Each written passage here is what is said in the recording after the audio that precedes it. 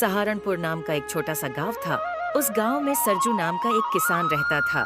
उसके 3 बेटे थे, विक्रम, विजय और भोला। विक्रम और विजय काफी समझदार थे। वहीं भोला को सब भोंदू बुलाते थे क्योंकि वो बहुत सीधा और मूर्ख भी था। बेटा, अब मैं बूढ़ा हो गया हूँ, मुझसे काम नहीं होता बेटा। और हमारा भोला भी बहुत सीधा है, मुझे समझ नहीं आता वो क्या करेगा। साथ ही गांव के जमींदार की नजर हमारी जमीन पर है, पता नहीं कैसे सब कुछ सही होगा। दादाजी की जमीन पर पता नहीं कैसे उस जमींदार ने अपना नाम लिखवा लिया है। आप चिंता मत कीजिए पिताजी, कोई ना कोई हल जरूर निकल आएगा। परंतु इस भोला का क्या ही करूं पिताजी, इसको तो कुछ भी नहीं आता। अगर कोई काम दो तो सब उल्टा ही करता है। पता नहीं भोला इतना मूर्ख कैसे हो गया, जबकि हम दोनों भाई इतने समझदार हैं। मैं कहां से मूर्ख दिखता हूं तुम लोगों को? मैं कहां से मूर्ख दिखता हूं तुम लोगों को? कल तुमने हरिया चाचा को क्यों मारा इतना? हरिया चाचा ने बोला मुझे चप्पल दे। मैंने उनकी बात मानी और उन्हें चप्पल दी। अरे मूर्ख, वो चप्पल पहनने के लिए मांग रहे थे, तुमने उन्हें चप्पल से मार ही दिया। मूर्ख, इसे तो ये तक नहीं पता होता कि किसी इंसान से कौन सा काम करवाना है। मैंने इससे कहा जा खेतों से अनाज काट कर ले आ, और जब मैंने जाकर देखा तो ये बैठकर एक एक दाने को चाकू से काट रहा था। हाँ तो क्या, तुमने ही तो कहा था अनाज काट कर लाओ, वही तो मैं कर रहा था। अरे भोंदू, तुझे कोई बात समझ नहीं आती क्या? अनाज काटना यानी कि फसल काट कर लेकर आनी थी तुम्हें। पिताजी, मैं तो वही करता हूं जो मुझसे कहा जाता है। अब ये लोग ही मुझे गलत चीज बताएं तो मैं क्या करूं?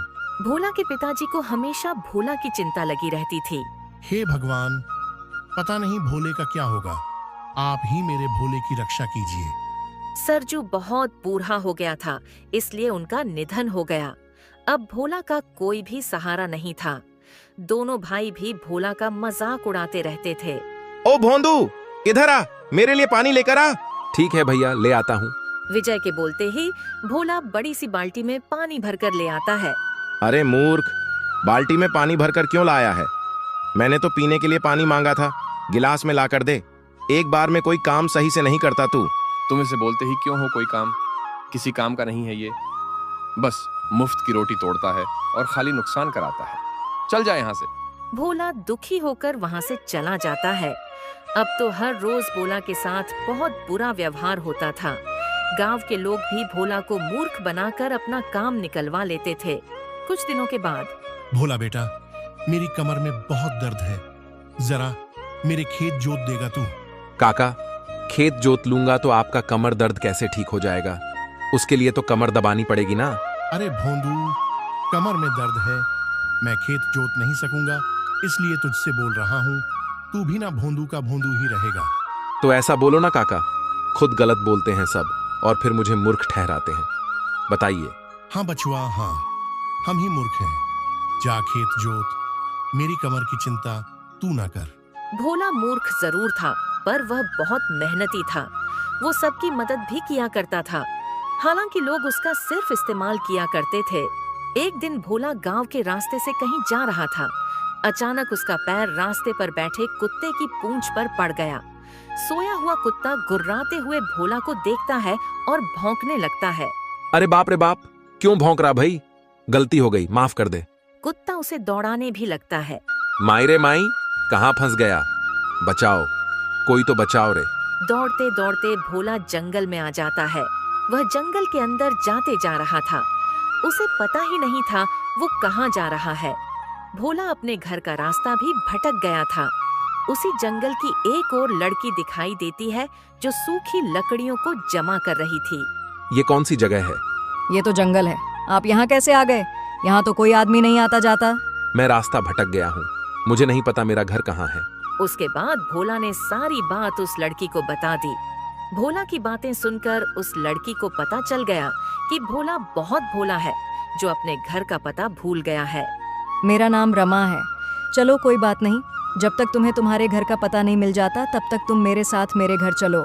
मैं लकड़ियों को बेचकर अपना गुजारा चलाती हूँ, जो मिलेगा मिल बांट कर खा लेंगे, ठीक है? भोला खुश होकर रमा के साथ चला जाता है। लकड़ी बेचकर जो मिलता वो खुशी खुशी मिल बांटकर खा लेती। लेकिन भोला का भोलापन अभी भी जारी था।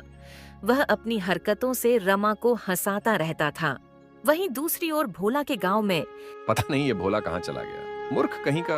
एक तो जमींदार ने हमारी जमीन ले रखी है, ये परेशानी क्या कम थी जो भोला अचानक गायब हो गया।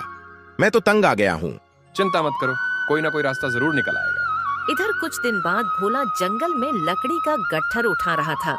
लकड़ी का गट्ठर बहुत बड़ा और भारी था। इसे भोला ठीक तरह से उठा नहीं पा रहा था। अरे बाप रे बाप, ये लकड़ी का गट्ठर तो बहुत भारी है, उठ नहीं रहा। पता नहीं कैसे रमा इसे उठाती है। वहीं पास ही भोला को एक पेड़ के नीचे एक साधु बाबा नजर आए जो ध्यान लगाए बैठे थे। भोला बिना कुछ सोचे समझे उन साधु बाबा को कहता है, ऐ भाई, ये गठरी बहुत भारी है, थोड़ी मेरी मदद कर दो ना उठाने में। आप तो वैसे भी सो ही रहे हो। साधु ध्यान में मग्न था और साधु ने कुछ नहीं सुना। अरे अजीब इंसान है, नींद में इतना मग्न है कि किसी की कोई मदद को राजी नहीं है। उठ जा भाई, उठ जा, मेरी मदद कर दे भाई।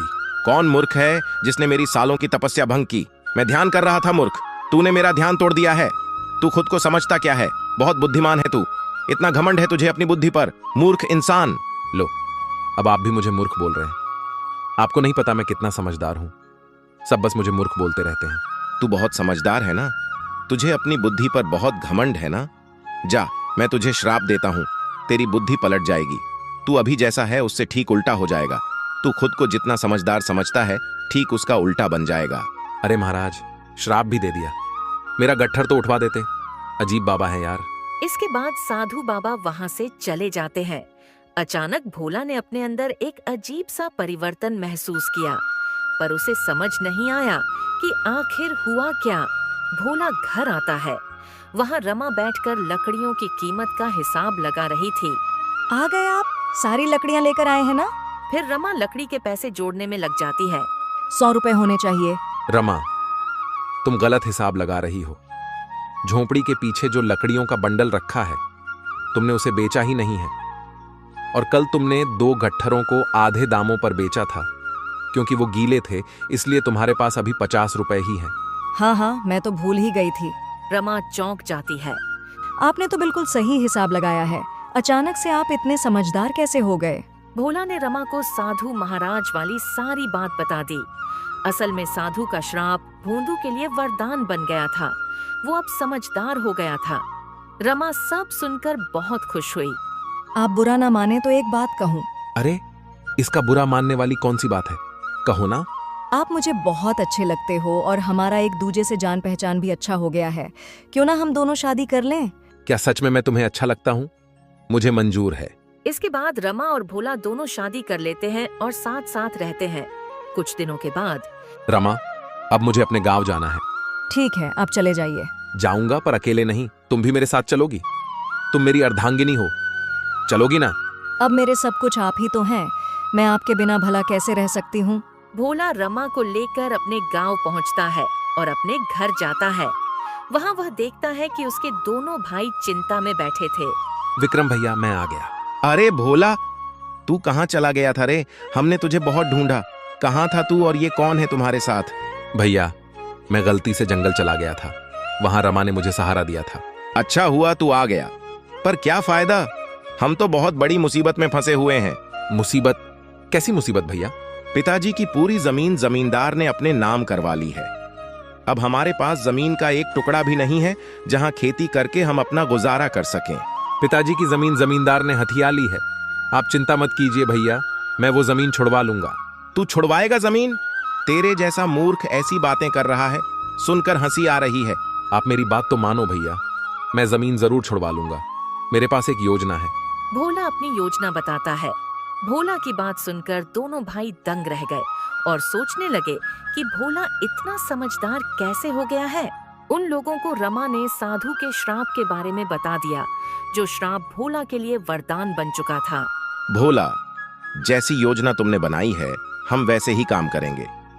मेरे भाई, तू ही हमें इस मुसीबत से बचा सकता है।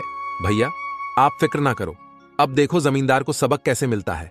अगले ही दिन गांव में यह खबर फैलती है कि भोला के पिता के खेत में एक चुड़ैल रात को घूमती है। ये खबर सुनकर आसपास के लोगों में डर का माहौल छा गया। ये खबर जमींदार के पास भी पहुंची। ये मैं क्या सुन रहा हूँ? भोला के पिता के खेत में ये चुड़ैल कहाँ से आ गई? हाँ मालिक, आजकल सरजू की जमीन पर हर रात एक चुड़ैल घूमती नजर आती है और जैसे ही सामने जाओ वो गायब हो जाती है। गांव के 2-4 लोग तो बीमार हो गए हैं चुड़ैल को देखकर। क्या बेकार की बातें करते हो तुम लोग? आज मैं खुद जाकर देखता हूँ। उसी रात जमींदार अपने 4 आदमियों के साथ चुड़ैल देखने के लिए सरजू के खेत में जाता है। ये गांव वाले सब सठिया गए हैं ससुरे। न जाने कौन सी चुड़ैल दिखाई देती हैं इन्हें। मुझे तो कुछ दिखाई नहीं दे रहा।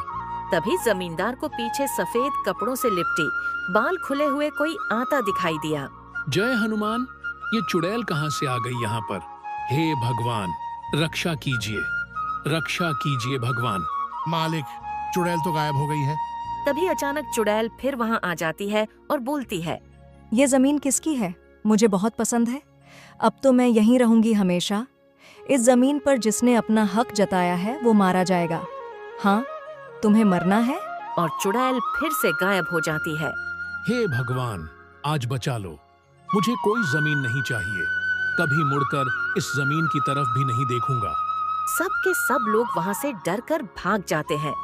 दूसरे ही दिन जमींदार ने वह जमीन विक्रम और विजय को वापस लौटा दी।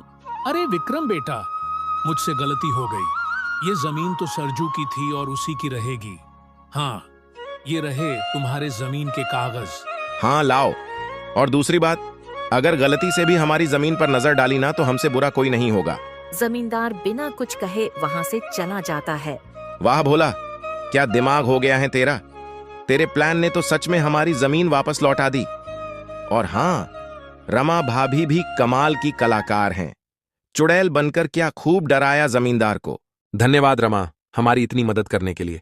धन्यवाद किस लिए जी? अब मैं भी तो इसी घर की सदस्य हूँ ना। अब तो हम सब लोग मिलकर रहेंगे। भोला को पता था कि डर से किसी भी चीज को आसानी से हासिल किया जा सकता है। इस तरह भोला की होशियारी और रमा के साथ से उन्हें उनकी जमीन वापस मिल गई। तो दोस्तों, इस प्रकार की और शानदार कहानी देखने के लिए चैनल को जरूर से सब्सक्राइब कीजिएगा।